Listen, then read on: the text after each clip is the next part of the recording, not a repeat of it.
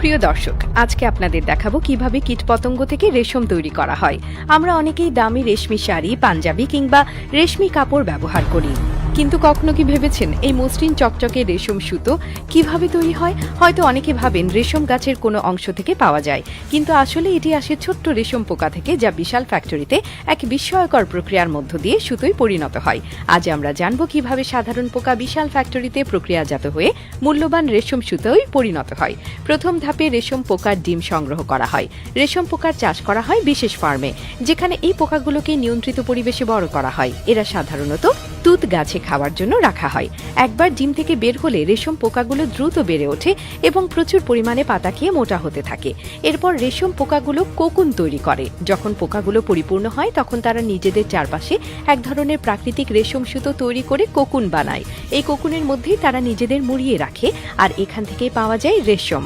এরপর কোকুন সংগ্রহ করে প্রক্রিয়াজাত করা হয়। ফ্যাক্টরিতে এগুলো প্রথমে বিশাল পানির ট্যাঙ্কে সিদ্ধ করা হয়, যাতে রেশমের তন্তুগুলো আলগা হয়ে যায় এবং সহজে সুতোতে পরিণত করা যায়।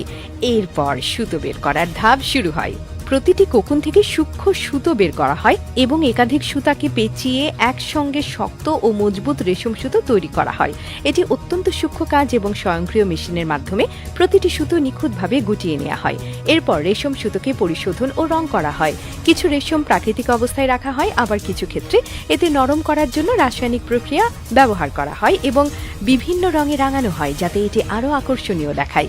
সবশেষ ধাপে রেশম সুতোকে গুটিয়ে বাজারে পাঠানো হয়। বিশাল বিশাল বান্ডেলে এই সুতো কারখানায় পাঠানো হয়, যেখানে এটি কাপড়ে রূপান্তরিত হয় এবং আমাদের পরিচিত রেশমি শাড়ি, পাঞ্জাবি কিংবা দামি পোশাক তৈরির জন্য ব্যবহৃত হয়।